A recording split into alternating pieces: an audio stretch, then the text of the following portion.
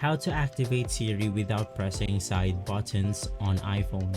This is a step-by-step video so you can follow easily. Now this is extremely simple, so without further ado, let's jump straight into the video. First things first, you want to open up your system settings. Now once inside your system settings, you can just scroll down, and from here you want to look for the Siri option. Inside Siri, you want to make sure that the Talk to Siri is enabled.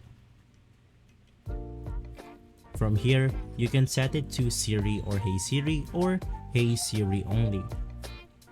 Now if I go ahead and click on something like this option right here, and if I talk to my iPhone device, Hey Siri, it will now go ahead and activate Siri without pressing any buttons.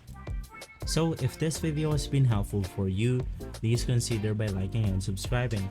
I'll see you again next time. Thank you.